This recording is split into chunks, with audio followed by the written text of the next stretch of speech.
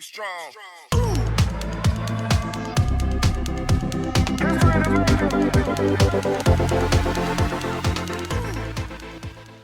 Hello, everyone. Welcome to Audio Bites.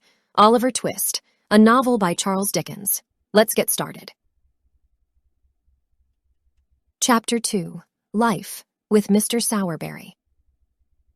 For a week, Oliver stayed alone in the cold, dark cellar and was the worst week of his life so far. Every morning, Mr. Bumble unlocked the door, took Oliver into the room where the boys were eating, and beat him while the boys watched. Then he locked Oliver in the room again. Poor Oliver cried all day, and at night he couldn't sleep because he was cold, unhappy, and hungry. One morning, at the end of that week, Mr. Bumble saw Mr. Sowerberry, the coffin maker, outside the workhouse. Mr. Sowerberry was a tall, thin man who always wore black clothes because of his job. He often came to the workhouse because so many poor people died there, and so he knew Mr. Bumble well. The two men began to chat, and then Mr. Bumble pointed to the notice on the workhouse door. Mr. Sowerberry, do you know anyone who wants a boy and 5 pounds? Mr. Sowerberry thought for a few moments. I think I'll take him, Mr. Bumble. I need a boy to work in my shop. They went inside to make the arrangements. That evening, Mr. Bumble unlocked the cellar door and told Oliver the news. Oliver said nothing. He just pulled the cap down over his eyes to hide his tears and followed Mr. Bumble through the streets to the coffin maker's shop. Mr. Sowerberry was waiting for them. There was only the light from one small candle, so the room was dark and gloomy. A finished coffin lay on a table in the middle of the room, and pieces of wood stood against the walls. Mr. Sowerberry smiled at Oliver and then called his wife. Mrs. Sowerberry, will you come here for a moment, my dear? Mrs. Sowerberry was a small, thin woman with an angry face. Oliver thought she looked like a fox. She looked at him, and Oliver bowed politely.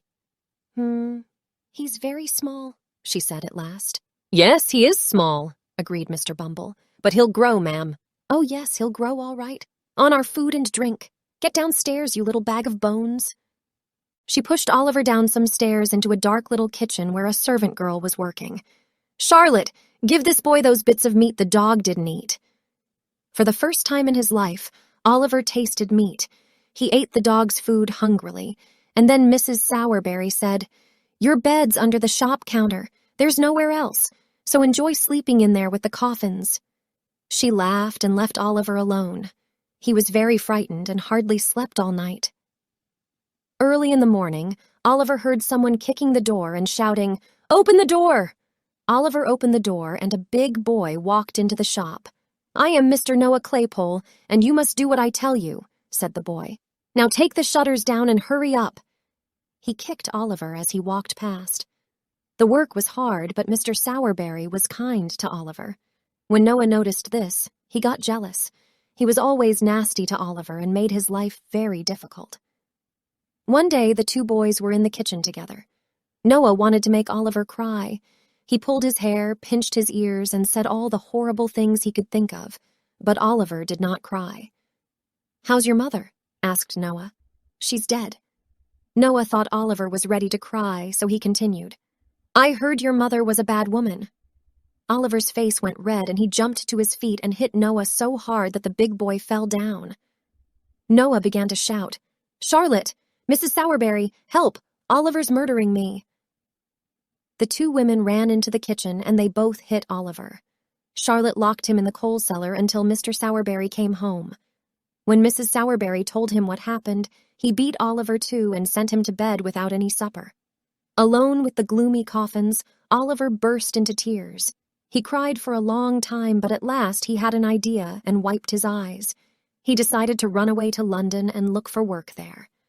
As soon as it was light, he took all the things he owned.